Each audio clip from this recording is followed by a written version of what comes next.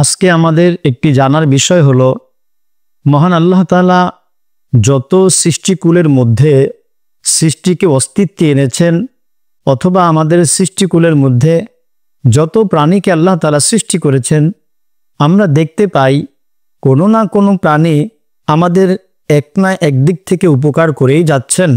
এমনকি বিজ্ঞানীরা আজ গবেষণা করে বের করেছেন যে মশা পর্যন্ত আমাদের উপকার করছে। তবে আমাদের একটি প্রশ্ন হলো, সাপকে আল্লাহ তাআলা কেন সৃষ্টি করলেন? এই সাপ আমাদের কোন উপকারে আসে? আসুন আজকে আমরা জানব সেই বিষয়টিকে অতি অল্প সময় সংক্ষিপ্তভাবে। আল্লাহ তাআলা মহাপবিত্র কালামুল্লাহ শরীফে ইরশাদ করেন, ওমা মিন দাব্বাতিন ফিল আরদি ইল্লা আলাল্লাহি রিজকুহা। জমিনের মধ্যে এমন বিচরণশীল কোনো প্রাণী নেই যার রিজিকের জিম্মাদারি আল্লাহ তাআলা নেননি। অর্থাৎ সমগ্র সৃষ্টির যেই রিজিকের জিম্মাদারি অথবা দায়িত্ব রয়েছে এই দায়িত্বকে নিয়েছেন যিনি, তিনি হলেন আল্লাহ। যেহেতু সাপ হলো জমিনের মধ্যে বিচরণশীল একটি প্রাণী, এর দ্বারা বোঝা যায় আল্লাহ তাআলা একে সৃষ্টি করেছেন অত্যন্ত নিখুঁতভাবে। যেভাবে সাপটি হওয়ার প্রয়োজন ছিল সেই গঠন বা আকৃতি দিয়েই তাকে সৃষ্টি করা হয়েছে। এমনকি তার মধ্যে এমন কিছু ভয়ঙ্কর রূপ রয়েছে যেগুলো দেখলে একজন সাহসী ব্যক্তির মনেও কম করে হলেও একটি ভয়ের সৃষ্টি হয়। এখন আসুন, এই সাপ আমাদের কোন উপকারে আসে? বিজ্ঞানীরা গবেষণা করে বের করেছেন এই সাপ মানুষের যত উপকারে আসে এর মধ্যে অত্যন্ত একটি গুরুত্বপূর্ণ বিষয় হলো, আমরা সকলেই জেনে থাকব এই সাপের বিষ থেকে অ্যান্টিবায়োটিক ঔষধ তৈরি করা হয়।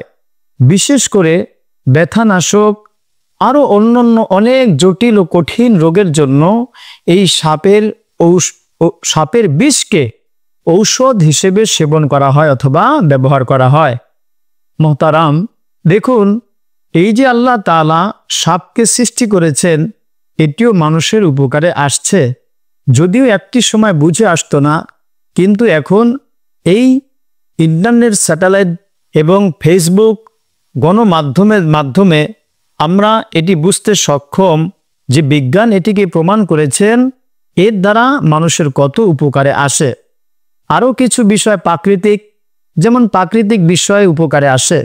যখন চাষি ভাইরা ধান রোপণ করে তখন এই ইঁদুরকে নিধন করার জন্য এই সাপ কঠোর থেকে কঠোর ভূমিকা পালন করে।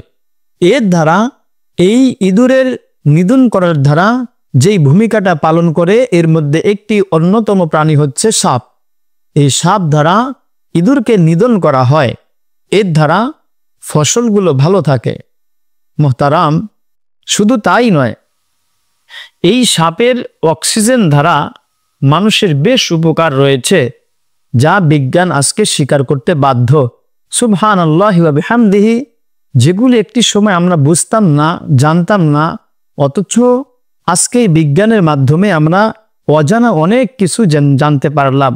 শুধু তাই নয়, এমনও অনেক দেশ, অনেক অঞ্চল রয়েছে, গ্রাম রয়েছে, শহর রয়েছে যেখানে হেলিকপ্টারের মাধ্যমে, প্লেনের মাধ্যমে সাপ নিয়ে ওখানে ছেড়ে দেওয়া হয়। কেন? পরিবেশকে সুন্দর রাখার জন্য। যদি এমনটা হয়, বিজ্ঞানগণ গবেষণার আলোকে দেখেছেন যেখানে সাপ একেবারেই নেই, সেখানের আবহাওয়া অথবা সেখানের প্রাকৃতিক অবস্থাটা ভিন্ন রকম। আর যেখানে মহান আল্লাহ তাআলার কুদরতের এক নিদর্শন রয়েছে সেই সাপ, ওখানে প্রাকৃতিক অবস্থাটা, পরিবেশটা অন্যরকম। সুবহানাল্লাহি ওয়া বিহামদিহি। তাহলে আল্লাহ তাআলা অযথা কোনো প্রাণীকে সৃষ্টি করেননি। এই যদিও সাপকে দেখতে ভয় হয়, সবচেয়ে বড় কথা হলো, যেই কথাটি সবচেয়ে বড় সেটি হচ্ছে আল্লাহ তাআলা কোরআনে বলেন, লিয়াবলুয়াকুম, আমি আল্লাহ তোমাদেরকে পরীক্ষা করব। এই যে সাপ একটিকে সৃষ্টি করেছেন মহান আল্লাহ তাআলা এর দ্বারা আমাদেরকে পরীক্ষা করবেন। যেমনটা ধরুন আল্লাহ তাআলার শুকরিয়া আমরা এভাবে আদায় করতে পারি, হে আল্লাহ, আপনি আমাদেরকে কত নিখুঁত অত্যন্ত উত্তম আকৃতিতে মানুষকে সৃষ্টি করেছেন, আল্লাহ আপনার শুকরিয়া আদায় করছি।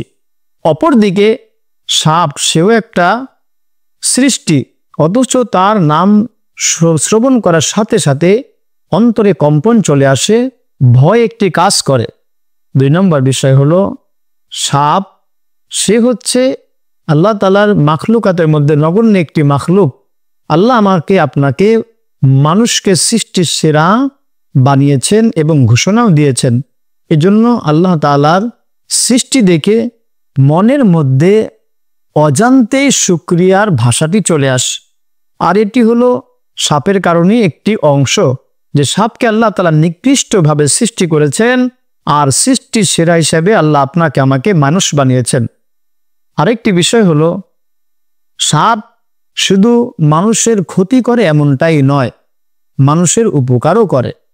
এমন বহু প্রাণী আমরা দেখি। দেখুন, আমরা যে সৃষ্টির সেরা মানুষকে বলি, সব মানুষ কি মানুষের উপকার করে? না, কিছু মানুষরূপী অমানুষ রয়েছে যারা মানুষের উপকারের নামে ক্ষতি করে যাচ্ছেন। যাই হোক, এই সাপকে আল্লাহ তাআলা সৃষ্টি করেছেন আমাদেরকে এক প্রকারের পরীক্ষা করার জন্য, যে কে আল্লাহ তাআলার শুকরিয়া জ্ঞাপন করে, কে জ্ঞাপন করে না, কে সাপকে বেশি ভয় করে নাকি আল্লাহ তাআলাকে এর চাইতে বেশি ভয় করে। আল্লাহ তাআলা আমাদের সকলকে এই বিষয়ে কথাগুলো বুঝা এবং সহিভাবে আমল করা তৌফিক দান করেন। আমিন ইয়া রাব্বাল আলামিন।